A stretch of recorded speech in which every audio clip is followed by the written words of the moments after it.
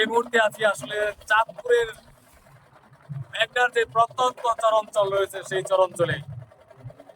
এই চরাঞ্চলে মানুষের বর্ষায় অন্যতম জীবিকার তাগিদে তারা এই চরে প্রতিদিনই আসলে দিবারাত্রি এসে থাকেন এবং প্রত্যন্ত চরের মেঘনার যে চরাঞ্চলটি রয়েছে চাঁদপুরের দক্ষিণে হাইমতির উপজেলা এবং পশ্চিমে শরীয়তপুর এবং বরিশাল হিজলা সংলগ্ন এই মেঘনার প্রত্যন্ত চরাঞ্চলটি আসলে বিভিন্ন স্থানে কোথাও কোথাও অনেক ভাসমান যে চরগুলো রয়েছে সেই চরে আসলে অনেক সুন্দর সুন্দর হোগলা পাতার যেই আবাসস্থল গড়ে উঠেছে একেবারেই, যদিও এটি আসলে কৃষিপণ্য হিসেবে এখানকার কৃষকরা চাষাবাদ করেন না, তবু এটি আসলে প্রাকৃতিকভাবে এগুলো আসলে সৃষ্টি হয় এবং এই হোগলা পাতা থেকেই বিভিন্ন ধরনের হোগলা তৈরি করেন এলাকার প্রত্যন্ত যারা মানুষ রয়েছেন তারা আসলে হোগলা তৈরি করে বিভিন্ন বাজারে তারা বিক্রি করেন।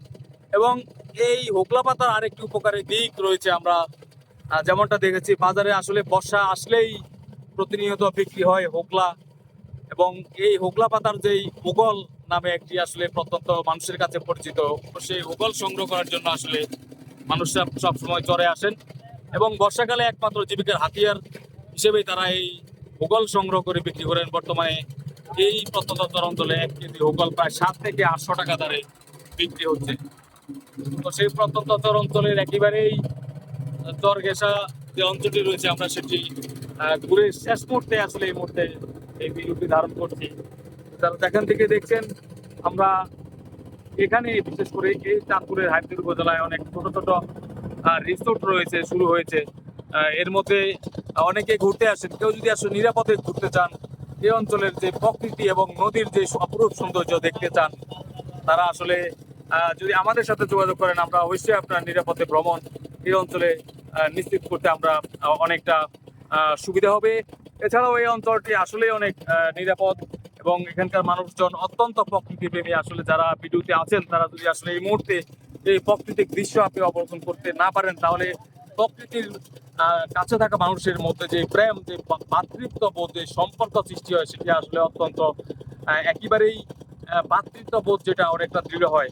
এবং সেই মেঘনার যে চরাঞ্চল, সেই চরাঞ্চলে মানুষ অনেক ভালো। আপনারা সবাই ঘুরতে আসবেন, আপনারা নিরাপদে এই অঞ্চলটি আপনারা ঘুরতে পারবেন। প্রকৃতির মায়া, বিকেলের সূর্য এখনো অনেকেই শীতকালে এই চরের যে প্রাকৃতিক সৌন্দর্য আরো বেশি ফুটে ওঠে এবং সেটি মানুষ অবলোকন করতে আসেন। সূর্যের যে মিষ্টি অবলোকন এবং সূর্য অস্ত যাওয়ার যে দৃশ্য নদী থেকে এবং চরাঞ্চলের যে প্রাকৃতিক দৃশ্য সেটি আসলে অনেকেই উপভোগ করেন। তো যারা এই অঞ্চলে আসবেন সবাইকে আমি, যেহেতু এই অঞ্চলের একজন মানুষ, সকলে আমাকে চিনে থাকেন, তাদের প্রতি অবশ্যই নিমন্ত্রণ জ্ঞাপন করছি, আপনারা আসবেন এই নদী এবং প্রকৃতির যে মেঘনার চরাঞ্চল, যেটি আসলে বিস্তৃত বাংলাদেশের চাঁদপুর জেলার হাইমচর উপজেলার যেই ইউনিয়ন রয়েছে, বিশেষ করে 3টি ইউনিয়নের একেবারেই নদীতে রয়েছে, নদীর মাঝখানে যে চরাঞ্চল রয়েছে এবং আরো যে 3টি ইউনিয়ন রয়েছে সেই 3টি ইউনিয়নের প্রায় বেশিরভাগ অংশই আসলে নদীর গর্ভে বিলীন হয়েছে এবং সেটি এখন বিভিন্ন জায়গায় ছোট ছোট চর হিসেবে আসলে ভেসে উঠছে, আমরা সেটি দেখছি। এবং এই চর মানুষের আসলে আশার আলো জাগিয়েছে। আমরা যেমনটা জেনেছি, বাংলাদেশ সরকার আসলে এই মেঘনার চরাঞ্চলকে ঘিরে অর্থনৈতিক জোন করার যে পরিকল্পনা করছেন, সেটি অত্যন্ত এই অঞ্চলের মানুষের জন্য গুরুত্বপূর্ণ ভূমিকা হয়ে থাকবে। এবং এই অঞ্চলে যারা দরিদ্র মানুষ রয়েছেন, যাদের জীবিকার তাগিদে তারা এই মেঘনার প্রত্যন্ত চরাঞ্চল থেকে ওগল সংগ্রহ করেন হোগলা পাতা থেকে, এবং হোগলা পাতা থেকে হোগলা তৈরি করে আসলে বিভিন্ন বাজারে বিক্রি করা। বিশেষ করে এটি বিভিন্ন ধর্মীয় অনুষ্ঠান, বাংলাদেশে যেহেতু হিন্দু মুসলিম সকল সম্প্রদায়ের মানুষ বসবাস করে, হিন্দুদের বিশেষ করে কীর্তন এবং মুসলমানদের আসলে বিভিন্ন ওয়াজে যে হোগলা বেচানো হয়, সেটি যে পাতা, যে হোগলা পাতা, সেটি এখান থেকে আসলে সংগ্রহ করেন এই মেঘনার প্রত্যন্ত অঞ্চলে যারা কৃষিজীবী মানুষ রয়েছেন এবং দিনমজুর মানুষ রয়েছেন, তারাও এই চরাঞ্চলকে ঘিরে আসলে অনেকেই হোগলা পাতা সংগ্রহের পাশাপাশি মেঘনার যেই বুক রয়েছে, সেই বুকের গভীরে রয়েছে পৃথিবীর সবচেয়ে সুপ্রিয় ইলিশ মাছ। যে ইলিশ মাছ আসলে বাংলাদেশের এখন একেবারেই টপ একটি আলোচনার একটি বিষয়। সেই ইলিশ মাছ আসলে এখানে রয়েছে এবং এই ইলিশ মাছ নিয়ে বিভিন্ন ধরনের সরকারের অনেক পদক্ষেপ রয়েছে। জাটকা সংরক্ষণ অভিযান রয়েছে, রয়েছে মা ইলিশ সংরক্ষণের অভিযান রয়েছে। এছাড়াও বিভিন্ন ধরনের পরিকল্পনা রয়েছে। আসলে এই নদীকে ঘিরে রয়েছে হাজার হাজার কোটি কোটি টাকার এই প্রাকৃতিক সম্পদে ভরা এই অঞ্চলটি। সকলে এই অঞ্চলটি দেখতে আসবেন এবং যারা যেখান থেকে এই ভিডিওটি দেখছেন অবশ্যই চাঁদপুরের সর্বরূপী ইউনিয়নের যে মাছঘাট রয়েছে সেই মাছঘাটের ইলিশ মাছ যদি আপনি খেতে পারেন বা ইলিশ মাছ ছাড়াও যে কোনো ধরনের মাছ আপনি খেতে পারেন, তাহলে মাছের যেই বর্তমানে প্রাকৃতিক যেই সুগন্ধ, প্রাকৃতিক যেই বন্দর মাছের, সেটি আপনি খুঁজে পাবেন। কেননা বিশেষ করে চাঁদপুরের দক্ষিণ এই শরীয়তপুর সংলগ্ন, বরিশাল সংলগ্ন এই প্রত্যন্ত অঞ্চলটিতে তেমন কোনো এখনো কলকারখানা তৈরি হয়নি। বিভিন্ন অঞ্চলে আসলে কলকারখানার বর্জ্য নদীতে পড়ে সেখানকার মাছের যে উৎপাদন সেটি অনেকটা ব্যাহত হয়েছে। এই অঞ্চলের যারা প্রশাসনিক কর্মকর্তা রয়েছেন, যারা মৎস্য দপ্তরের কর্মকর্তা রয়েছেন, তারা আসলে আমাদেরকে জানিয়েছেন, তাদের সাথে আমরা কথা বলে জানতে পেরেছি সেখানে এই ডুবোচরের জন্য এবং এই মাছ অল্প পানির জন্য ইলিশ মাছ অনেকটা কমে গেছেন। এর পাশাপাশি সবচেয়ে গুরুত্বপূর্ণ বিষয় যেটি রয়েছে সেটি হচ্ছে যে আসলে মানুষরা যারা কলকারখানা বর্জ্য নদীতে ছেড়ে দিচ্ছেন, সেই নদীতে ছেড়ে দেওয়ার জন্য আসলে এই ইলিশের যেই পথ চলা সেটি আসলে অনেকটা সীমাবদ্ধ হয়েছে। অনেক যারা মাছ ধরে থাকেন তারা আমাদেরকে বলেছেন তারা আসলে এই নদী থেকে মাছ ধরতে আগে যে পরিমাণে মাছ তারা পেতেন সে তার পরিমাণের সমপরিমাণ যদি গুনায় মানে গুনতে গিয়ে যদি সমপরিমাণ মাছও তিনি পেয়ে থাকেন, সেই মাছটি পাচ্ছেন তারা সাইজে একেবারে ছোট। এই বিষয়টি একেবারে একটি গুরুত্বপূর্ণ বিষয়। মাছের যে প্রজনন, মৎস্য দপ্তর বলছে মাছের যে প্রজনন সেটি বৃদ্ধি পেলেও মাছের যেই বড় হওয়ার যেই আশঙ্কা, মাছ যে সময়ের মধ্যে বড় হওয়ার কথা সেই সময়ের মধ্যে আসলে মাছ বড় হচ্ছে না এবং ছোট ছোট মাছগুলো আসলে ধরা পড়ছে জেলেদের জালেতে।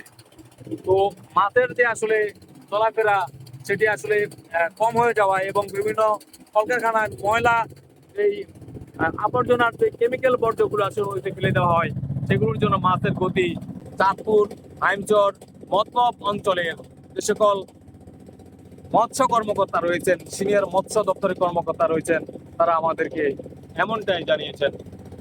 এবং এই নদীতে তীব্র স্রোত ছিল একটা সময়, এখন আসলে স্রোতের গতি আগের থেকে কমে যাওয়ায় ইলিশ মাছ আসলে অনেক দ্রুত এবং স্রোতপূর্ণ পানিতে তারা বা জলে তারা আসলে বসবাস করতে তারা ভালোবাসেন।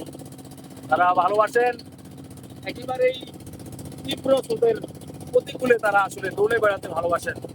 সেই স্রোত না থাকায় আসলে ইলিশের যে গতিপথ সেটিও ব্যাহত হচ্ছে বলে এখানকার মৎস্যজীবী এবং মৎস্য দপ্তরের কর্মকর্তারা জানিয়েছেন।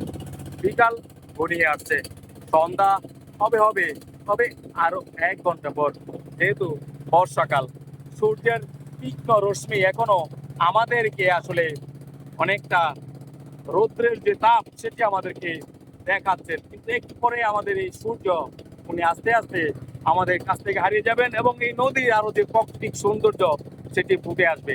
তাই যারা নদীর এবং নদীর প্রত্যন্ত অঞ্চলে প্রাকৃতিক সৌন্দর্য নদীতে ঘুরে বেড়াতে চান এবং যারা ইলিশ মাছের একেবারেই এই অভয়ারণ্য সেটি পরিদর্শন করতে চান এবং উকলা পাতা এবং অঞ্চলের যে মানুষের একেবারেই নিম্ন স্থান থেকে তার জীবিকা নির্বাহ করে যেই দিক নির্দেশন নিয়ে তারা আসলে তাদের জীবিকা নির্বাহ করছেন, তাদেরকে দেখে যাওয়ার এক অন্যরকম সুযোগ হতে পারে চাঁদপুরের হাইমচর উপজেলার 6 নং চরবি ইউনিয়নের বিভিন্ন মেঘনা নদীর চর অঞ্চল, গাজীপুর ইউনিয়ন, হাইমচর ইউনিয়ন সহ একেবারেই বরিশাল সংলগ্ন, হিজলা সংলগ্ন, শরীয়তপুর সংলগ্ন চাঁদপুরের এই মেঘনার চর অঞ্চলটি।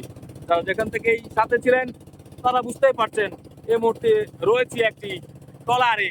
এই ট্রলারের আসলে যে ইঞ্জিনটি রয়েছে সেটি আসলে অনেক তীব্র সাউন্ড হয়, এখানে আসলে কথাগুলো ততটা স্পষ্ট নয়। তারপরও তারা যেখান থেকেই কথাগুলো শুনেছেন সবাইকে আবারও মেঘনার এই প্রত্যন্ত অঞ্চলে এসে এই প্রাকৃতিক সৌন্দর্য উপভোগ করার জন্য নিমন্ত্রণ জ্ঞাপন করছি। সবাই ভালো থাকবেন, নিরাপদে থাকবেন এই প্রত্যাশায় সবাইকে আবারও এই ইলিশের স্বাদ দেওয়ার ভালোবাসা জানাচ্ছি। ইলিশ খাবেন, শক্তিশালী হবেন, তবে দাম বেশি, সবার কেনার ভাগ্য নেই, যা আমিও কিনতে পারছি না, শুধু দেখিয়ে যাচ্ছি। এই প্রত্যাশা যারা ইলিশ খাচ্ছেন সবাই চাঁদপুরের সেই ইলিশের স্বাদ গ্রহণ করবেন। সবাইকে আবারও অনেক অনেক প্রীতি ভালোবাসা শুভেচ্ছা জানিয়ে বিদায় নিচ্ছি। আমি শিমুল অধিকারী সুমন। যারা আমার ফেসবুক পেজ, ইউটিউব চ্যানেল এবং আমার মিডিয়াতে বিভিন্ন নিউজের সাথে যুক্ত রয়েছেন, সবাইকে অনেক অনেক ভালোবাসা, কৃতজ্ঞতা এবং চাঁদপুরের হাইমচর উপজেলাটি পরিদর্শন করে যাওয়ার জন্য আবারও নিমন্ত্রণ জ্ঞাপন করছি।